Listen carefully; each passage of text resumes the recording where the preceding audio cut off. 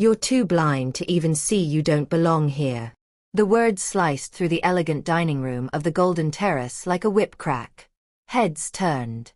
Silverware clattered against fine china. 20 pairs of eyes locked onto the scene unfolding near table 7. 23-year-old Nena Okafor stood frozen, her white cane trembling in her grip, red wine dripping down her uniform and onto the marble floor. The tray she'd been carrying lay scattered at her feet, shattered crystal, ruined lobster thermidor, and her dignity, all in pieces. I'm so sorry, sir. Please, let me. Let you what? Obinna Nwosu sneered, his designer suit somehow untouched by the chaos. He stood slowly, his expensive cologne filling the space between them. Stumble around some more? Break something else? Do you even know how much that wine cost? More than your entire year's salary, I'd bet. His friends erupted in laughter. Cruel mocking sounds that bounced off the restaurant's gilded walls. Hello guys. Welcome to Stories by Stoner. Before we dive into this powerful story of humiliation and redemption, don't forget to like this video, subscribe, and share it with your friends. Drop your thoughts in the comments. What would you have done if someone humiliated you like this in public? Let's dive in. Nena's fingers tightened around her cane. She could feel every stare burning into her skin. Could hear the whispers starting, the phones being pulled out to record her shame. I sincerely apologize, Mr. Nwosu, she said quietly, her voice steady despite the storm raging inside her. It won't happen again. Of course it won't, because you're fired. Obinna pulled out his phone, already typing. My father owns a third of this city's restaurants. I'll make sure you never work in hospitality again. Maybe try something more suited to your limitations. Like begging on the streets. More laughter. Someone gasped. The restaurant manager rushed over, already apologizing to Obinna, already reaching for Nena's arm to escort her out. But Nena didn't move. Not yet. She tilted her head toward where Obinna's voice had come from, and for just a moment, her unseeing eyes seemed to look straight through him. 6 years, she whispered, so softly only he could hear. Remember that number. Then she turned and walked out, her cane tapping against the marble with perfect precision, her head held impossibly high despite the wine staining her clothes and the tears she refused to let fall. She didn't see Obinna's confused frown. Didn't see him shrug and return to his table, already forgetting her. But she felt something shift inside her chest, something hard and determined and absolutely unbreakable. Outside, the Lagos night wrapped around her like a promise. Car horns blared. Street vendors called out their wares. Somewhere, music pounded from a nightclub. Nena pulled out her phone, her fingers dancing across the screen with practiced ease, and made a call. Mama, I need to talk to you about something. About the inheritance from Papa. I think it's time. On the other end, her mother's sharp intake of breath told her everything. The game was about to change. Don't forget to like, subscribe, and turn on notifications for more gripping stories like this. What do you think Nena should do next? Comment below. Nena sat in her cramped one-room apartment in Yoba, still wearing her wine-stained uniform. The humiliation from hours ago clung to her skin like the sticky Lagos humidity seeping through her broken window fan. Her phone rang. Mama. Nena, my daughter. Are you sure about this? Her mother's voice carried decades of worry. Your father's money, he wanted you to use it wisely. Going to that expensive school abroad, fighting these rich people.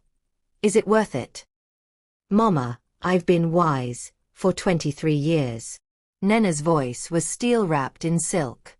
I've been patient. Grateful for scraps. Tonight, Obinna Nwosu treated me like garbage in front of everyone. He said I don't belong in his world. She paused. I'm going to prove him right, because I belong above it. Her mother was quiet for a long moment. Then, your father always said you had his fire. The account number is in the envelope I gave you last year. There's $2.3 million there. He made it before the blindness took his sight too, before he passed. He wanted you to build empires, not just survive. Nena's breath caught. She'd known about the inheritance but had been too afraid to touch it, too conditioned to believe she needed to stay small. Not anymore. Thank you, Mama. I promise I'll make Papa proud. After hanging up, Nena didn't sleep. She researched. Her screen reader spoke rapidly as she devoured information about business schools, about the Nwosu family empire, about Obina's father's company, Nwosu Global Investments, one of the largest venture capital firms in West Africa. By dawn, she had a plan. 3 months later, London School of Economics. Miss Okafor, your essay on disrupting traditional investment models in emerging markets is extraordinary. Professor Williams adjusted his glasses, studying the young woman before him. You've been here only 12 weeks and you're already outperforming students who've been in the program for years. Nena smiled, her fingers resting on her laptop where her notes were displayed in Braille. I'm motivated, Professor. I have something to prove. Well, whatever drives you, keep it up. I'm recommending you for the accelerated track. As she left his office, her cane tapping confidently down the corridor, Nena allowed herself a small smile. London was cold, expensive, and lonely, but it was reshaping her. Every lecture on corporate takeovers, every case study on hostile acquisitions, every networking event where she memorized voices and built connections, it was all ammunition. Her phone buzzed. A message from her roommate, Zainab, a Ghanaian tech entrepreneur. Dinner tonight? There's someone I want you to meet. Investor type. Could be useful. Nena typed back. I'll be there. 6 months later. Back in Lagos. The plane touched down at Murtala Muhammad International Airport, and Nena felt the familiar chaos of Lagos embrace her. The heat, the noise, the energy. But she was different now.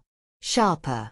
Armed with an MBA, 3 strategic partnerships, and a network of powerful investors who saw what others missed. Brilliance had nothing to do with sight. She'd also acquired something else during her time abroad, controlling interest in a struggling tech company called Vision Tech Solutions. Nobody in Nigeria knew yet. Nobody except her lawyer, Emeka Okonkwo, the sharpest corporate attorney in Lagos. Welcome back, Madam CEO, Emeka said as he met her at arrivals. Everything is ready. Vision Tech's board meeting is next week. Once we announce the restructuring and your leadership, the tech community will take notice. Good. And the Nwosu file. Growing thicker by the day. Obina Nwosu is now Chief Operations Officer at his father's company. Spoiled, arrogant, makes poor decisions, but Daddy always bails him out. The father, Obi Nwosu, is getting older, looking to step back. Word is he's considering Obina as his successor. Nena's smile was cold. Then we have work to do. Obina Nwosu is about to learn that the waitress he mocked isn't just back in Lagos. She's about to become his worst nightmare. As they drove through the city, past the Golden Terrace where her humiliation had happened, Nena rolled down the window. The restaurant looked smaller somehow. Less intimidating. Everything did now. Sir Emeka, I need you to schedule meetings with 3 specific companies. Companies that Nwosu Global has been trying to acquire for years. Tell them Vision Tech wants to discuss partnerships. You're going after his deals? No, Nena corrected. I'm going to take them. And when I'm done, Obina Nwosu will walk into a meeting one day and find me sitting where he thought he'd be, at the top. The car merged into Lagos traffic as the sun set over the city, painting everything gold and red. The game had begun. What do you think about Nena's revenge plan? Is she going too far, or is this exactly what Obina deserves? Drop your thoughts below. Don't forget to like and subscribe. 2 years later. Vision Tech Solutions just closed another deal. That's the 4th major partnership this quarter. The business reporter's voice crackled through the radio in Obina's BMW as he sat in Lagos traffic. CEO Nena Okafor continues to disrupt the tech investment space. Industry insiders are calling her the most innovative leader in West African tech. Obina frowned, reaching to change the station. The name sounded vaguely familiar, but he couldn't place it. Just another tech startup trying to make noise in an oversaturated market. His phone rang. Father. Obina, we need to talk about the Meridian deal. They chose Vision Tech over us. Again. That's 3 contracts we've lost to this woman in 6 months. Father, she's just getting lucky. Vision Tech is small. Small. Obi Nwosu's voice was sharp. They just secured $50 million in Series B funding. Their valuation doubled in 18 months. This Okafor woman is not lucky, she's smart. And she's eating our lunch. Obina's jaw tightened. I'll handle it. You'd better. Because if you can't compete with one blind woman, how can I trust you to run this company when I retire? The call ended. Obina sat in traffic, his pride stinging. Blind. The CEO of Vision Tech was blind? He pulled up her profile on his phone. The photo showed a stunning woman in her late 20s, professional attire, confident smile, dark sunglasses, white cane discreetly positioned beside her desk. Something nagged at the back of his mind, but he couldn't quite grasp it. Meanwhile, across the city in her sleek Victoria Island office, Nena sat in a strategy meeting with her executive team. Nwosu Global just withdrew their bid for DataStream Industries, her CFO reported. They know we're in the running and they don't want another public loss. Good. Nena's fingers traced the Braille documents before her. That means they're afraid. Emeka, what's the status on the real estate acquisition? Her lawyer smiled. The building you wanted? We close next week. Ironically, it's the same building that houses the Golden Terrace restaurant, where you used to work. The room went quiet. Everyone on her core team knew the story. Perfect, Nena said softly. Make sure the restaurant's lease renewal comes across my desk personally. I want to review their terms. Zainab, now her chief technology officer, leaned forward. Nena, you've built something incredible here. Vision Tech is worth over $200 million. You're respected, powerful. Is going after Obina Nwosu still necessary? Nena was quiet for a moment. Do you know what he said to me that night? That I should try begging on the streets. That I was too blind to belong in his world. Her voice remained calm, but her team could hear the steel beneath. This isn't about revenge anymore. It's about showing every person who's ever been dismissed, humiliated, or told they're not enough, that they can rise higher than their oppressors ever dreamed. Hello Stories by Stoner Family. If you're inspired by Nena's journey so far, hit that like button and subscribe. Have you ever had to prove yourself to people who doubted you? Share your story in the comments below. Now, back to the story. 1 month later. The tech conference at Eco Hotel was the event of the year. Every major player in Nigerian business was there, including Nwosu Global Investments. Nena stood backstage, listening to the moderator introduce the panel, Leading African Tech Innovators. She was the keynote speaker. And now, please welcome the woman Forbes Africa called the Visionary who sees beyond sight, CEO of Vision Tech Solutions, Nena Okafor. Applause erupted. Nena walked onto the stage, her cane moving with practiced precision, her burgundy suit tailored perfectly, her natural hair styled in an elegant updo. She was the picture of power and grace. In the audience, Obina sat in the 3rd row. He'd come to size up the competition. As Nena took the microphone, something about her voice made him sit forward.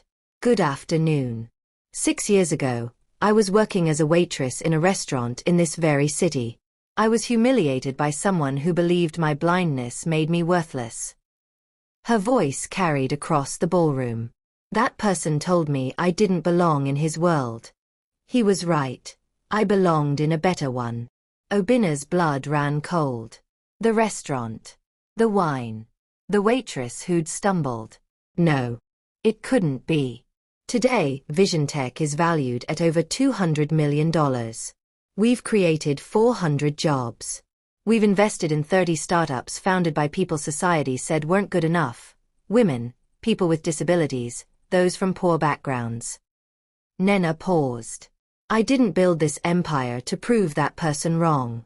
I built it to prove to myself, and to everyone listening, that your circumstances don't define your destiny. Your determination does. The ballroom erupted in applause. People stood. Obinna remained seated, his face pale, memories flooding back. The wine-stained uniform. The cruel words. Her parting whisper. 6 years. Remember that number. It had been exactly 6 years. As Nena left the stage, Obinna watched her go, his world tilting on its axis. The waitress he'd destroyed had become the competitor destroying him. And she wasn't done yet. The tables are turning. What should Obinna do now? Apologize or fight back? Comment your thoughts. Don't forget to like, subscribe, and hit that notification bell. Obinna sat in his father's mahogany-paneled office the next morning, the weight of realization crushing his chest. Through the floor-to-ceiling windows, Lagos sprawled beneath them, a city that suddenly felt much smaller. You look like you've seen a ghost, Obinwosu observed, reviewing quarterly reports. The conference didn't go well. Father. Nena Okafor. The VisionTech CEO. Obinna's voice was hoarse. I know her. His father glanced up. You know her? How? 6 years ago. She was a waitress at the Golden Terrace. He swallowed hard. I had her fired. I humiliated her in front of everyone. I told her she'd never work in hospitality again. The silence that followed was deafening. Obinwosu slowly removed his reading glasses. Tell me you're joking. I wish I was. You humiliated a blind waitress in public, got her fired, and now that same woman has built a $200 million empire and is systematically dismantling our business relationships? His father's voice was dangerously quiet. Is that what you're telling me? Father, I didn't know. You didn't know she'd become successful? Or you didn't know basic human decency? Obi stood, his disappointment palpable. Do you understand what you've done? This isn't just business competition. This is personal. And in business, Obinna, people who make things personal are the most dangerous opponents. I can fix this. I'll apologize. Apologize. His father laughed bitterly. You think a woman who spent 6 years building an empire just to prove you wrong wants your apology? She wants your head on a platter. And frankly, you deserve it. Across town, Nena sat in a meeting with Emeka and her executive team at VisionTech's headquarters. The Nwosu family knows, Emeka reported. My sources say Obinna recognized you at the conference. He's panicking. Good, Nena said calmly. Fear makes people careless. What's our next move? Her head of acquisitions, Tund, pulled up a presentation. Nwosu Global's largest client is Paragon Industries. They represent 30% of their annual revenue. Paragon's CEO, Mrs. Folake Bello, is unhappy with their returns. She's open to exploring other investment firms. Schedule a meeting, Nena instructed. This week if possible. Zainab hesitated. Nena, taking their biggest client. That could destroy Nwosu Global's credibility. Is that really what you want? Nena turned toward her friend's voice. What I want is for Obinna Nwosu to understand what it feels like to have your livelihood stripped away because someone with more power decided you weren't worth basic human dignity. What I want is for him to know that actions have consequences. And what about forgiveness? Zainab asked quietly. Forgiveness is earned through genuine remorse and change, not fear of consequences. Nena's voice softened slightly. I'm not a monster, Z. But I'm also not a doormat anymore. If Obinna wants redemption, he'll have to prove he's learned something. Actions, not words. 3 days later. The Golden Terrace. Nena walked into the restaurant for the first time in 6 years.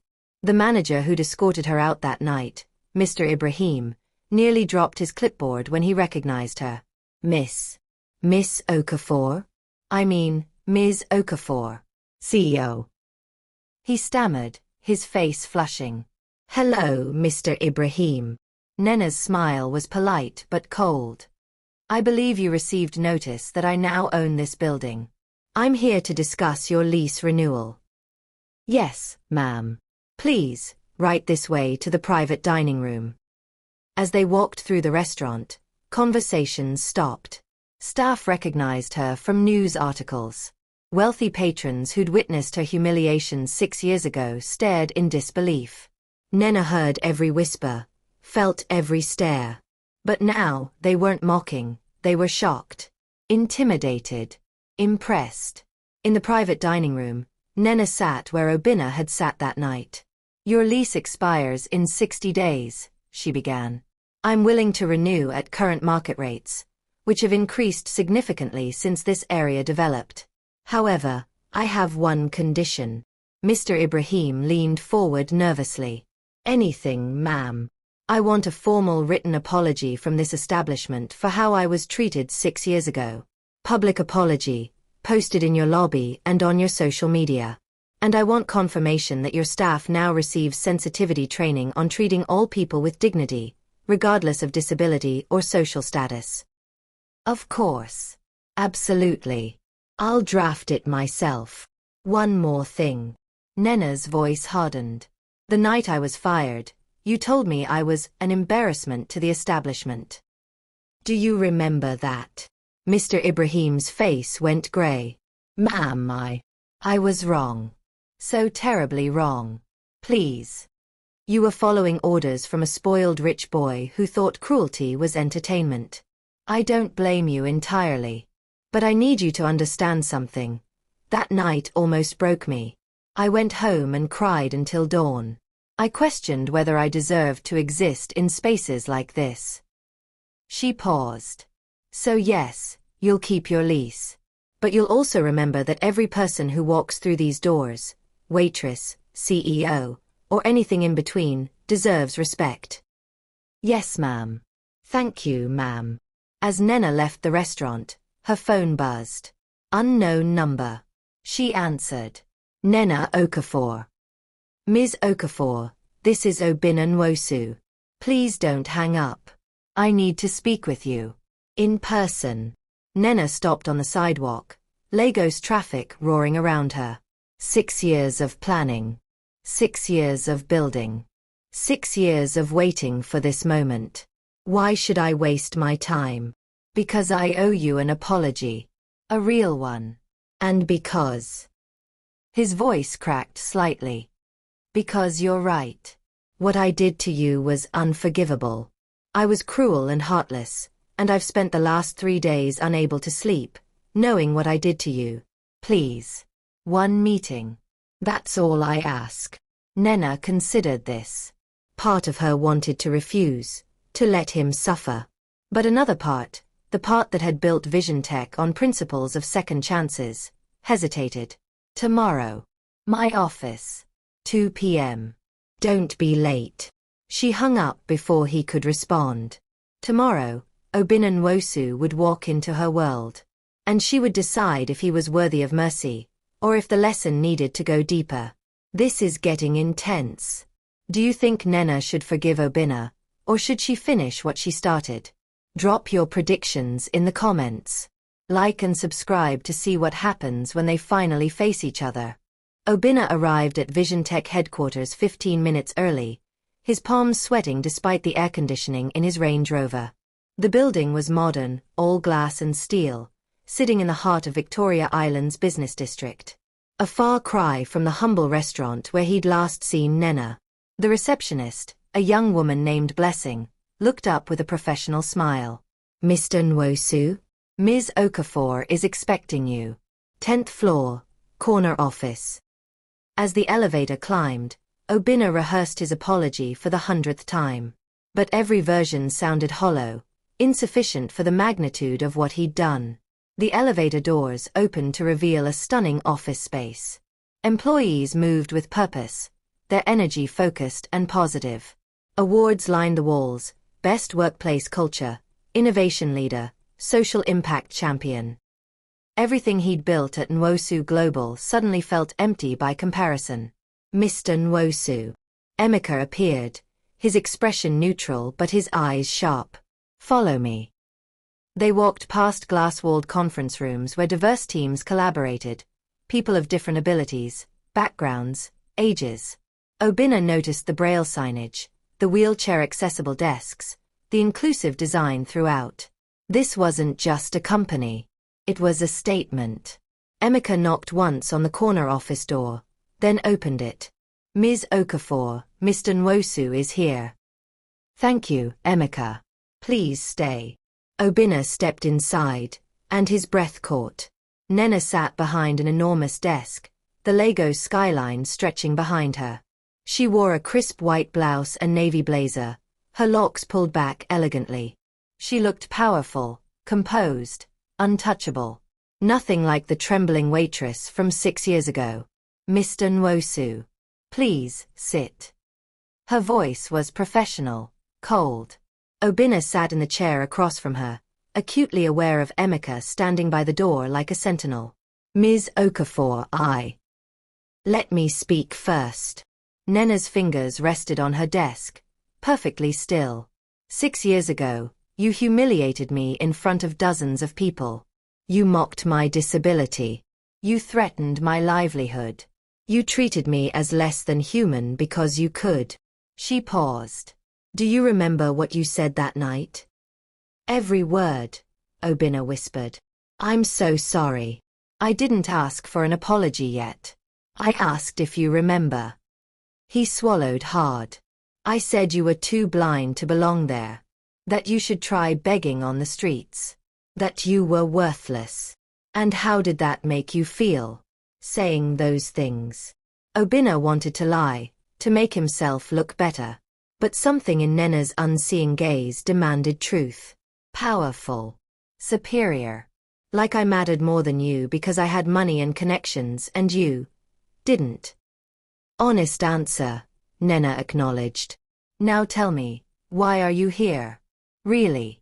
Is it because you're genuinely sorry, or because I'm now a threat to your family's business?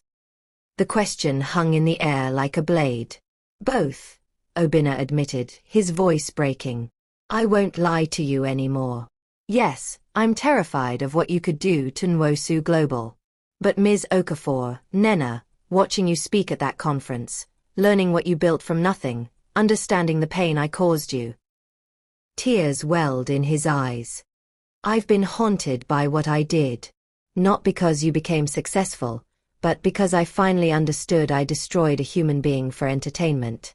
You could have been anyone, CEO or not, and what I did would still be unforgivable. Nena tilted her head slightly, considering. Pretty words. But I've heard pretty words before. What actions are you willing to take? Anything. I'll publicly apologize. I'll donate to disability advocacy organizations. You'll resign from Nwosu Global. The room went silent. What? Obinna's voice was barely audible. You heard me. Step down. Completely. Give up your position, your salary, your inheritance from the company. Prove that your remorse isn't just fear of losing a business battle. Prove you understand that having power means nothing if you abuse it. Nena, please. Ms. Okafor, she corrected sharply. You lost the right to familiarity when you treated me like garbage. Obinna stood abruptly, his chair scraping against the floor. You want me to throw away everything my family built? Decades of work. No, Nena said calmly. I want you to understand what it feels like to have your future snatched away by someone who doesn't see your humanity. I want you to rebuild from nothing, the way I did. Then maybe, you'll actually learn something. This isn't justice, it's revenge. Is it? Nena's voice was steel. Or is it consequence? You wanted me destroyed 6 years ago. You succeeded. I was homeless for 3 months, Obinna. 3 months sleeping in churches and shelters because no restaurant would hire me after you blacklisted me. I contemplated ending my life because I believed what you said, that I was worthless. Obinna felt sick. I didn't know. You didn't care to know. That's worse. Nena stood, moving around her desk with the confidence of someone who'd mastered her environment. I'm giving you the same chance life gave me. Start over. Build something meaningful. Prove you're more than your father's money and your family's name. And if I refuse? Then I take Paragon Industries as a client. I acquire 3 more of your major accounts. I launch a competitive fund that undercuts every deal Nwosu Global pursues. And I do it all with a smile, knowing that karma finally caught up to you. She paused at her office window. Your choice, Mr. Nwosu. Redemption or ruin. You have 72 hours to decide. Obinna stared at her, this force of nature he'd once dismissed as insignificant. He'd come seeking forgiveness. Instead, he'd found judgment, fair, ruthless, and utterly deserved. I need time to think, he managed. 72 hours, Nena repeated. Emeka will see you out. As Obinna walked through VisionTech's halls, past employees who'd been given second chances, past innovations born from resilience, he realized something profound. Nena Okafor had already won.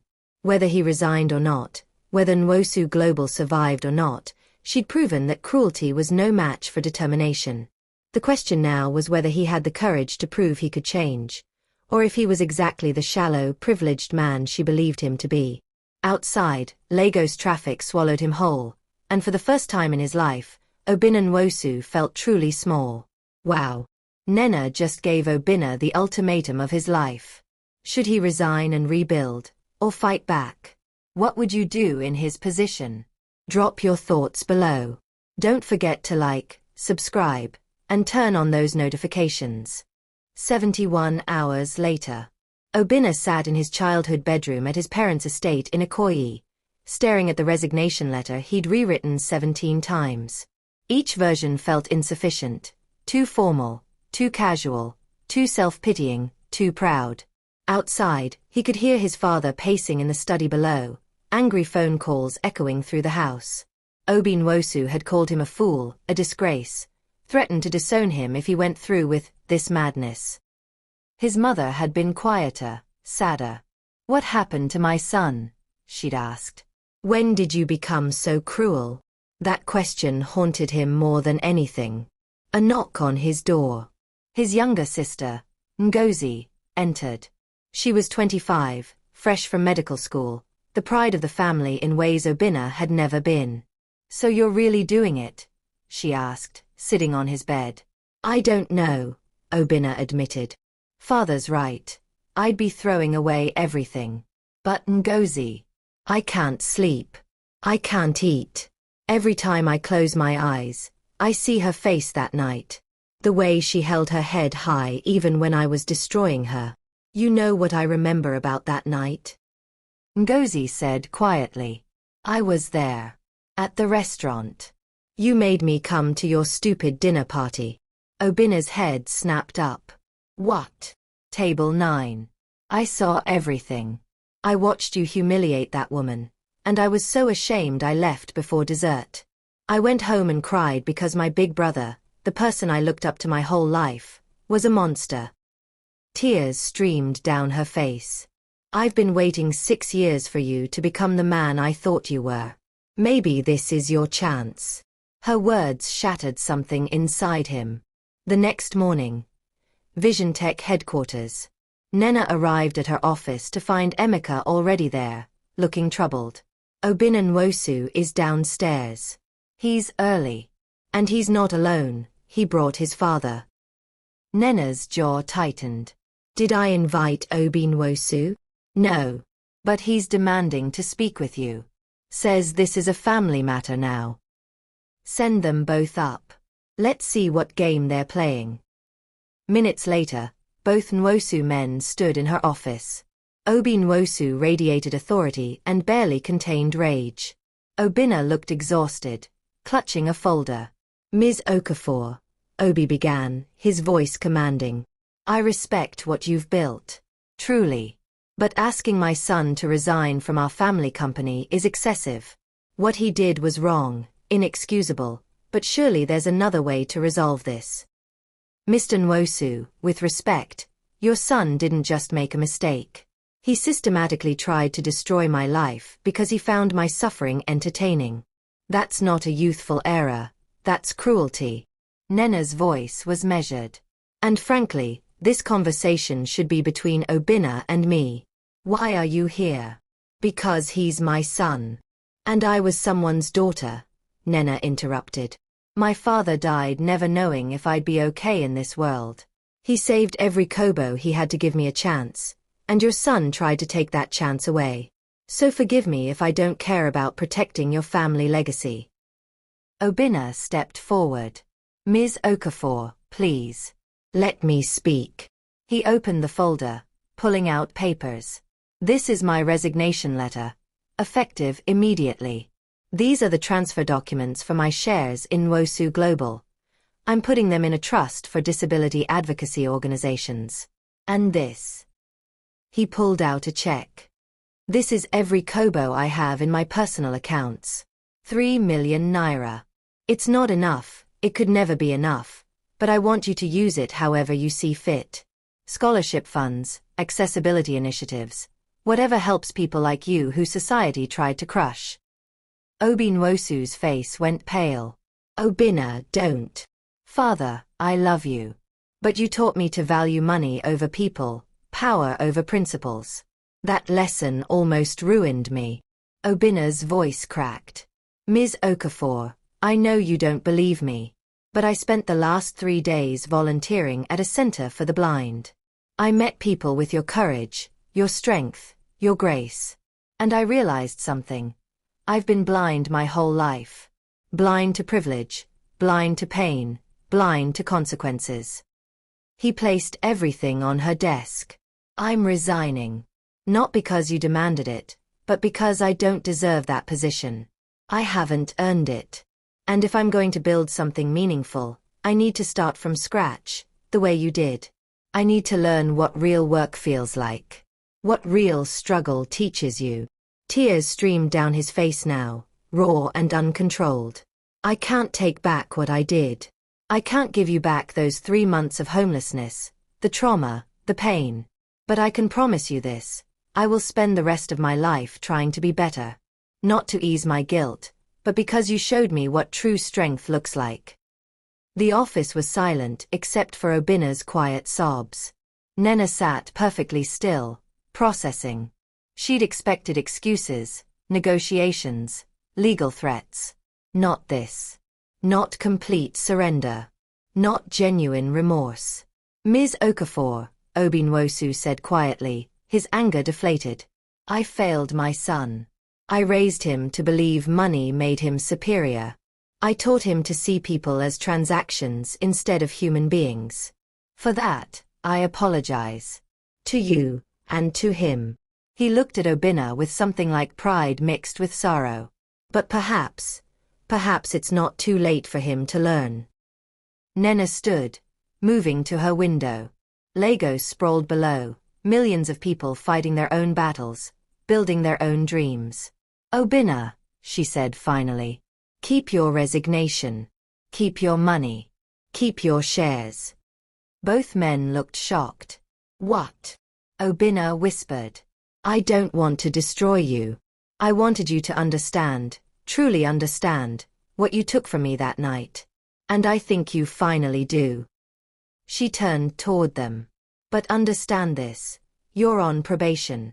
With life, with me, with everyone you've hurt. That 3 million naira? Donate it. That time you spent volunteering? Keep doing it. Weekly. And every year on the anniversary of that night 6 years ago, I want a report on what you've done to make the world better. I will. I swear. I'm not finished. Her voice hardened. If I ever hear of you treating anyone, waitress, janitor, driver, anyone, with disrespect again, I will bring down everything you have. No second chances. No mercy. Are we clear? Crystal clear. Good. Now get out of my office. Both of you. I have actual work to do. As they turned to leave, Obinna paused at the door.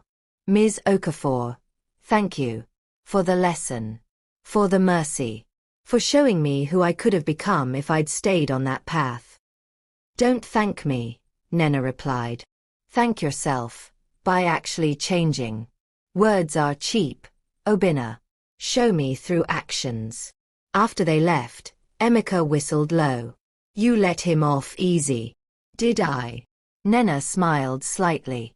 I gave him something harder than destruction, the burden of living up to his promises. Every day, he'll wake up knowing he has to be better. That's either redemption or a lifetime of guilt. His choice which one it becomes. Zainab entered, grinning. I just got off the phone with Paragon Industries. Mrs. Bello wants to have lunch next week to discuss investment opportunities. Perfect. Set it up. Nena returned to her desk, fingers moving over her braille notes. And Z. Send a memo to our foundation team. I want to launch a new scholarship program for young people with disabilities who want to study business. Full ride. No strings attached. What should we call it? Nena thought for a moment. The Second Chance Fund. Because everyone deserves one, even people who don't think they need it. 6 months later. Eco Hotel Ballroom. The African Business Awards ceremony glittered with Lagos's elite. Nena sat at the VisionTech table, surrounded by her team, wearing an elegant gold gown that shimmered under the lights. And the Entrepreneur of the Year award goes to Nena Okafor, VisionTech Solutions. The ballroom erupted in applause. As Nena made her way to the stage, her cane tapping confidently, her head held high, she felt the weight of the journey. Every stumble, every humiliation, every moment of doubt had led here. 6 years ago, she began, her voice carrying across the silent room. Someone told me I didn't belong in spaces like this. Today, I stand before you not to prove that person wrong, but to prove something to every young person watching. Your worth is not determined by how others see you. It's determined by how you see yourself. She paused, letting her words sink in. This award isn't just mine. It belongs to every person who's been underestimated, overlooked, or dismissed. To everyone who's been told they're not enough. You are enough. You've always been enough. Now go build empires that prove it. As applause thundered around her, Nena felt something shift, not just in the room, but in herself. The anger that had fueled her for 6 years finally began to dissolve, replaced by something purer, purpose. In the back of the ballroom, Obinna Nwosu watched from the service entrance. He was wearing a waiter's uniform. He'd taken a job at the hotel, starting from the bottom, learning what honest work felt like. He'd kept his promise. Weekly volunteering. Regular donations. Slow, steady growth toward becoming someone worthy of the second chance he'd been given. When Nena walked past after the ceremony, she paused, sensing someone familiar nearby. Mr. Nwosu, she said quietly. Ms. Okafor. His voice was humble. Congratulations. You've earned this 1,000 times over. How's the new job? Humbling. Exhausting. Necessary. He smiled sadly. Thank you. For everything. Nena nodded once and continued walking, her team surrounding her with celebration. But she felt lighter somehow, as if forgiveness, real earned forgiveness, had freed them both. Outside, Lagos blazed with life. Cars honked, music pounded, vendors called out their wares. The city that had witnessed her lowest moment now celebrated her highest. And somewhere in that vast, chaotic, beautiful city, another young person was being dismissed, overlooked, told they didn't belong. But maybe, just maybe, they'd hear Nena's story. And they'd remember, the people who mock you today might be watching you rise tomorrow. The question wasn't whether you'd fall. Everyone fell. The question was whether you'd rise, and how high. The end. What an incredible journey. From humiliation to triumph, from waitress to CEO, Nena showed us that resilience conquers cruelty every time. If this story inspired you, smash that like button, Subscribe to Stories by Stoner for more powerful African stories. And share this with someone who needs to hear that their current situation is not their final destination. Drop a comment telling us, what's the biggest lesson you learned from Nena's story? And where are you watching from? Let's build a community of resilience together. Remember, your haters are just your future audience. Keep rising. See you in the next story. Fire.